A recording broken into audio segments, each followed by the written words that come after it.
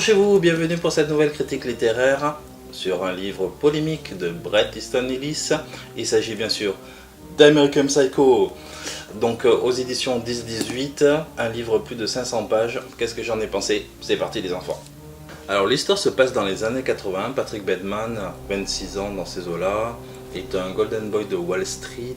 Il sort dans les endroits les plus hype de la ville, c'est-à-dire hôtel de luxe, resto branché, boîte chicos, etc. où il y a toujours de belles nanas. Et il sniffe quotidiennement de la coke. Il est fier de son appartement parce qu'il a des meubles de luxe, etc. Fier de son corps ultra musclé. Il est le parfait produit de la société de consommation. Mais quand vient la nuit, il devient un serial killer. Il tue, il viole, il égorge, il décapite, il tronçonne.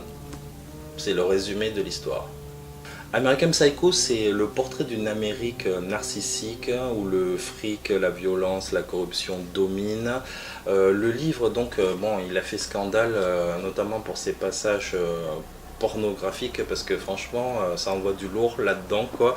Et tout le monde s'en prend vraiment plein la gueule, hein. Que ce soit SDF, black, homo, les animaux, les femmes, accompagnés de propos racistes, d'homophobie et j'en passe. L'auteur, Bret Easton Ellis, utilise la première personne durant les 500 pages, ce qui fait qu'on est carrément dans la tête de Patrick Bateman, on est vraiment dans ses pensées. Et Ellis ne nous épargne pas, ne nous épargne rien. Que ce soit dans la description de chaque nouveau personnage qui apparaît devant Patrick Bateman, ou dans les meurtres sanglants, dans les scènes de cul, il détaille sur d'interminables pages ce que voit notre acteur principal. On a droit donc à une espèce de catalogue publicitaire de marques durant des pages et des pages. Par exemple, Patrick Bateman rencontre une fille, et bien avant de lui parler, on aura droit à 5-6 pages de description incroyable sur ses chaussures, d'où est-ce qu'elles viennent, de quelle marque elles sont, des bas jusqu'à la montre Gucci, jusqu'à la bague du bijoutier de je sais pas quoi. Et donc l'auteur est toujours dans l'excès, que ce soit dans la description donc des personnages, de la violence ou des scènes de cul. Et c'est à partir de ce postulat que je comprends que les lecteurs puissent décrocher. Et moi-même, je vous avoue que franchement, j'ai failli abandonner avec ces descriptions de malades sur des pages et des pages de ce qu'elle porte la nana et tout, quoi. Franchement, je me suis dit, putain, c'est le foutage de gueule, quoi. Et à force, comme je ne suis pas du genre à abandonner, dans la progression du récit, de ma lecture, je trouvais ça fascinant, mais ultra vomitif quand même, cette façon originale de dépeindre la société de consommation.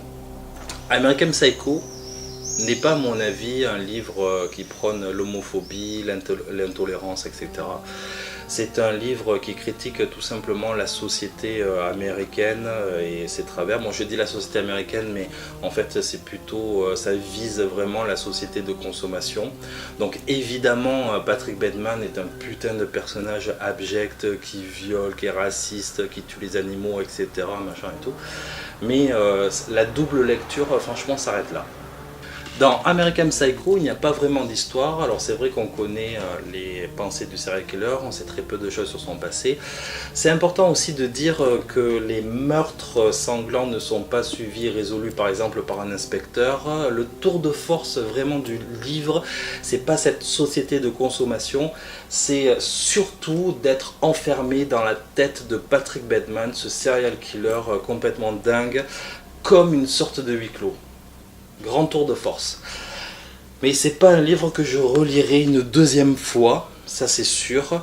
Bon, un petit mot sur la fin aussi qui est sympa, c'est que l'auteur nous donne la possibilité d'interpréter la fin qu'on souhaite, comme dans le film de Christopher Nolan, Inception. Donc pour résumer, American Psycho est une expérience vraiment violente à ne pas mettre dans toutes les mains évidemment, donc avis aux amateurs. Si vous le lisez, Que vous ayez aimé ou pas, vous en ressortirez pas indemne, ça c'est sûr. Moi-même, je le trouve pas extraordinaire. Je dis pas que c'est le chef-d'œuvre, mais bon, c'est si je devais lui donner une note, je lui donnerais, allez, 13 sur 20. Voilà. Donc un petit mot sur le film aussi que j'ai bien aimé. Je comprends à l'époque, hein, parce que je n'ai pas revu le film, donc ça fait plus d'une dizaine d'années, je crois qu'il est sorti. Donc je comprends que les lecteurs qui ont adoré le livre ne se sont pas retrouvés dans le film, mais c'est tout à fait normal. On ne peut pas mettre des passages pornographiques comme ça, quoi, ou sinon il fallait vraiment que ce soit ultra suggéré. Et c'est pas, ils n'auraient pas respecté l'œuvre parce que dans le livre, vraiment, ils détaillent tout, quoi. C'est assez sordide, voire malsain et tout, quoi. Et dans un film, franchement, ça l'aurait pas fait, sinon ça aurait été interdit au moins de 18 ans, quoi.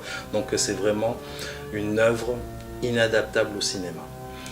Donc j'espère vous avoir convaincu dans ma critique, pas de le lire, mais bon, peut-être pour la petite culture personnelle. En tout cas, merci d'avoir regardé cette vidéo. Partagez, likez, abonnez-vous, ça me ferait extrêmement plaisir. Et on se donne rendez-vous pour une autre critique littéraire. Bonjour chez vous.